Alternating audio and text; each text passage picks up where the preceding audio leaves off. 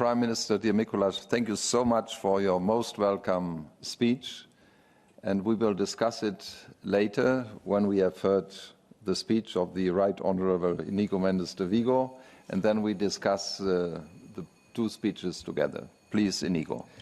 Muchas gracias, Hans-Gert. Thank you very much, Hans-Gert, and thank you for inviting me to participate in this event with so many dear friends and dear colleagues. Many of them I haven't seen for a long time, but I can see that they all look just as young as they've always been. Now, I'd like to thank the Prime Minister. Not only is he a marathon man, but he's a great analyst. Now, so I don't need to repeat what Nicholas has said. Yesterday, we were wondering what we can do with respect to increasing the turnout to the elections to the European Parliament. Yesterday, Commissioner Moedas, who gave an excellent speech, didn't really have well, his answer was that we need to participate. We need to explain our experience. And it's true that there's a lot of experience here. And in particular, a lot of experience of what Europe was, what this Parliament was 40 years ago, and what it is today. The other day in Florence, we were analysing the 40 years since the first parliamentary elections from universal suffrage, 79, and the change from a consultative assembly to a co-legislator that has political power and has political scrutiny. Now, it's very important that the experience that everyone who's experienced this change has to pass it on to the people.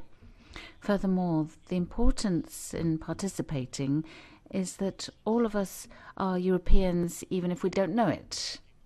We're Europeans because Europe takes decisions that has an impact on everyone's daily lives, even though people don't know it. I was fortunate enough to be Secretary of State for the EU for 3.5 years under Mariano Rajoy's first government. And what was important was supervising the transition or the transposition of European law into Spanish law. The preparatory meetings of the Council of Meetings held every week on Wednesday. The committee of all of us met on Wednesday, and the first item on the agenda was transposition of European law into Spain. We had to monitor that process, and I can say something about all of us being Europeans without realising it, without knowing it. And that's because the laws, the measures that are adopted in the European Parliament and in the Council, they affect our daily lives, but we don't know it.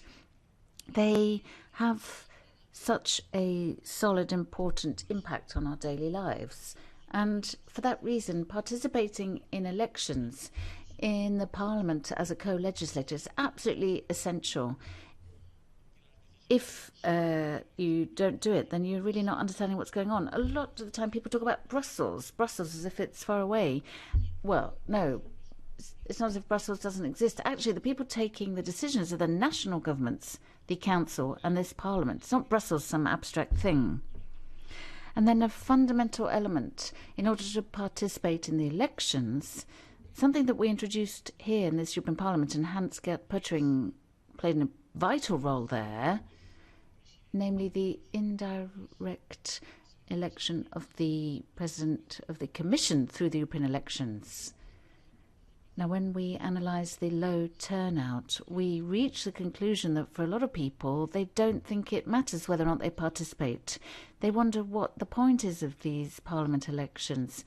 Now, I said before, they're very important because the European Parliament co-decides the legislation, which then becomes binding or law in the member states. But we've added, since 2004, we've added something else, that the political groups elect a candidate, and the candidate who wins or gets the majority in the Parliament will become President of the Commission. And that is a key, crucial institution amongst the European institutions. So if you don't go and vote, or, well, if you go and vote and you vote for the EPP or the Socialists or the Greens or the Liberals or whatever, those that you're voting for, that's very important because that winning candidate will be President of the European Commission. So it's important to keep that in mind.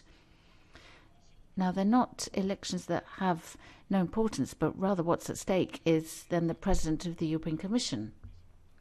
And then the third aspect that's important for us, we members of the European Parliament. Now it's like what the Brits say about old soldiers, that they never die, they just disappear in the horizon. It's like us, we never die, we stay active members of the European Parliament. And I think that's an important attitude. Now, a few years ago, there was a friend of ours, Fernando Moran, who was in a conference and talking to students in Valencia. And the professor, after the debate, we had a dinner with him and we asked him, what are your students saying about the debate that they participated in? And he said something that actually surprised me, worried me. He said, my students entered very enthusiastic, and then after hearing the two of you, they became Eurosceptics. And I said to Fernando Morano, both of us are so enthusiastic, what are we actually conveying? And I looked at my notes and I looked at what I'd said. And actually I want to tell this story here. This is what happens to a lot of us, us convinced, enthusiastic Europeans. We tend to stress and talk about what we don't like and what we want to change, but actually we don't talk about what we've done well. We just take that for granted. We talk about what we don't like, and in the end the message we are conveying is what we don't like and what needs to be done. So we're actually transmitting a very negative image of the European Union. And there are others who are transmitting that because they believe in the negative image, whereas we don't. We're convinced Europeans. We know there are certain things that need to change, well, things that still need to be done, but it's much more important to talk about what's been done and what's been achieved rather than criticising what hasn't been done. Fourth point. Now, I think as Nicolas has said, I think what's important is the narrative. After the Second World War, for many years, the driving force was peace. Peace, which is fundamental, and which is still the driving force. However, what's happening is, well, the young people who are with us today, it's very difficult to explain to them that France and Germany were enemies. Now, today maybe they're enemies on the football pitch between Borussia Dortmund and PSG, but no one sees France and Germany as enemies who could actually go to battle and have a war, fortunately. And with respect to the future, Gary Lineker said that football was invented by the Brits and the Germans always win. Actually, the Spaniards have been winning recently quite a bit as well. But peace, fortunately, well, I can see with football, maybe you're going to start arguing about that, but peace today, fortunately, well, there's no risk of war in Europe, fortunately, but peace, is it still a driving force? When we had the Soviet bloc that still existed, then there was fundamental freedoms. That was so important. But today in Europe, we all enjoy freedoms and fundamental freedoms. Now, you might remember Tony Blair talking about Europe. He justified Europe about the added value. That's what he kept talking about. But I think it's actually much more complicated. There's no European public opinion, but national public opinion. So something that is considered positive in one country, added value, isn't in another. I had experience of this when we saw the referendums on the constitutional treaty. In my country,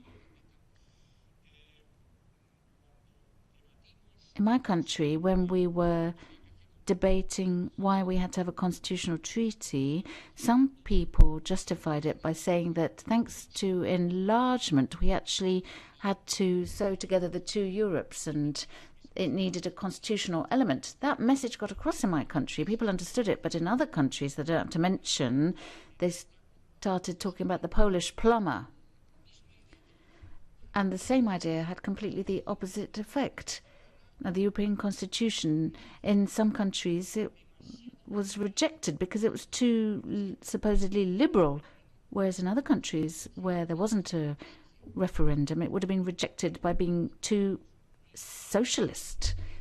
So the constitution is just the legal framework. It's not socialist or political. So the narrative is difficult because it's not the same across the board. But I do think there is a common element today, in today's Europe, which can unite us in this shared narrative, this shared story.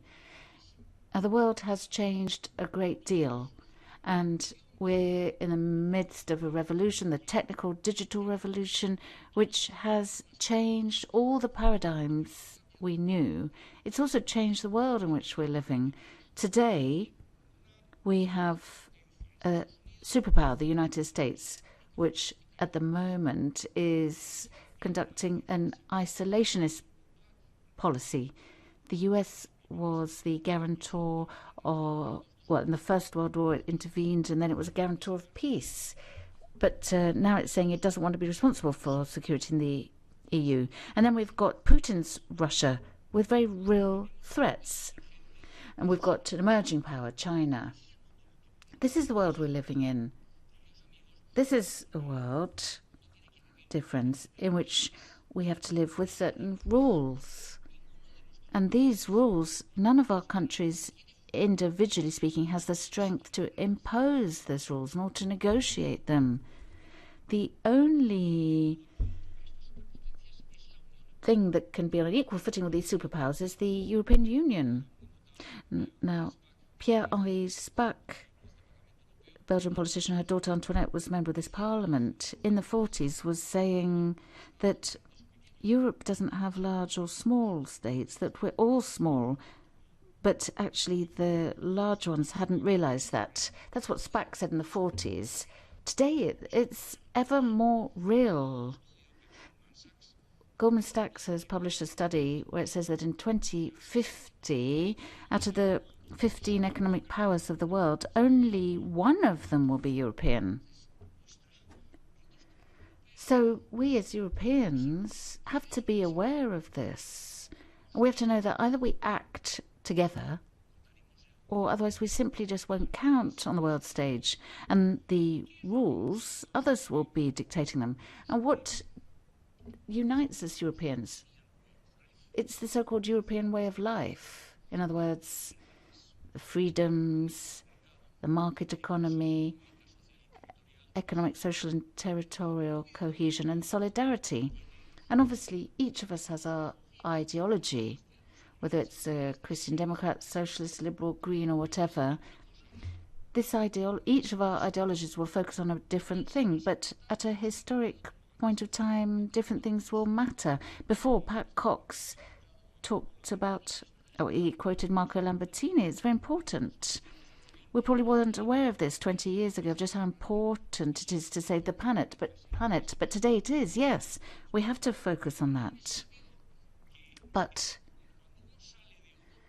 if someone leaves Europe, if you look at it with non-European eyes, they think that Europe is the best place to live in the world, despite all the difficulties it has. But people from the outside think it's the best place to live in the world. We've got to be aware of that. And we've got to defend it. We've got to safeguard it. We've got to improve it. But we mustn't stop it. So, and I'm coming to an end. With these elections, for the first time, there are political forces that are going to stand who want to put an end to this vision of Europe we have. And in 1992, when I came to the European Parliament, 90% of the MEPs were pro-European, defending the same project, wanting to move forward with more. And now, for the first time in these elections, the polls show that there might be anti-European forces that simply want to destroy it. They cannot be constructive. They just want to destroy it. Now, it might be possible that they do well, maybe even a majority. And if we want to preserve this European way of life in our societies, if we want Europe to count on the world stage when it comes to establishing the rules on the basis of the principles we believe in, then first of all we have to explain to the people why these elections are important, why they should vote. And then obviously whatever their ideology, they have to vote for those political forces who want to build, not destroy. and who believe that the 70 years of European construction has actually brought about an improvement to the life of our citizens. Thank you.